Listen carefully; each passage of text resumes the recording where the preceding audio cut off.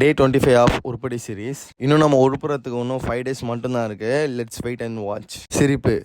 நிறைய பேர் நினச்சிட்டு இருக்காங்க இந்த சிரிப்புக்கு பின்னாடி சந்தோஷம் இருக்குன்ட்டு. பட் ஆனால் இந்த சிரிப்புக்கு பின்னாடி எவ்வளோ கஷ்டங்களும் எவ்வளோ ஏமாற்றங்களும் இருக்குன்னு யாருக்குமே தெரியறது கிடையாது. இவன் என்னப்பா ஜாலியாக இருக்கான் அப்படின்ட்டு சொல்லிட்டு போயினே இருக்கிறாங்க. அவன் என்ன கஷ்டப்படுறான், அவன் என்ன பாடுபடுறான்னு யாருக்குமே தெரியறது கிடையாது. அது எல்லாரும் தெரிஞ்சுக்கணும்னு அவன் ஆசையும் பட மாட்டான். எவன் ஒருத்தன் சிரிச்சுனே இருக்கானோ அவனுக்குள்ளதான் நிறைய கஷ்டங்களும் வலியும் இருக்குன்னு நான் கேள்விப்பட்டிருக்கேன். உள்ள கஷ்டத்தை வச்சுன்னு வெளியே சிரிப்பு காட்டுறது இருக்குல்ல, அது ஒரு கலைன்னு தான் நான் சொல்லுவேன்.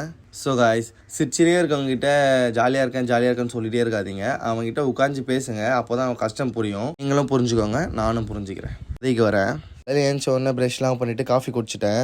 தலைக்கு எண்ணெய் தேய்ச்சி ரொம்ப நாள் ஆயிடுச்சுட்டு ஆயில் மசாஜ் பண்ண ஆரம்பிச்சிட்டேன். க்ரூமிங் இஸ் ரொம்ப இம்பார்ட்டன்ட்ல. ஸோ அதனால் க்ரூம் பண்ணிவிட்டு குளிக்க போயிட்டேன். அதுக்கப்புறம் சாப்பிட்டு வீட்டிலேருந்து ஜூட் விட்டாச்சு.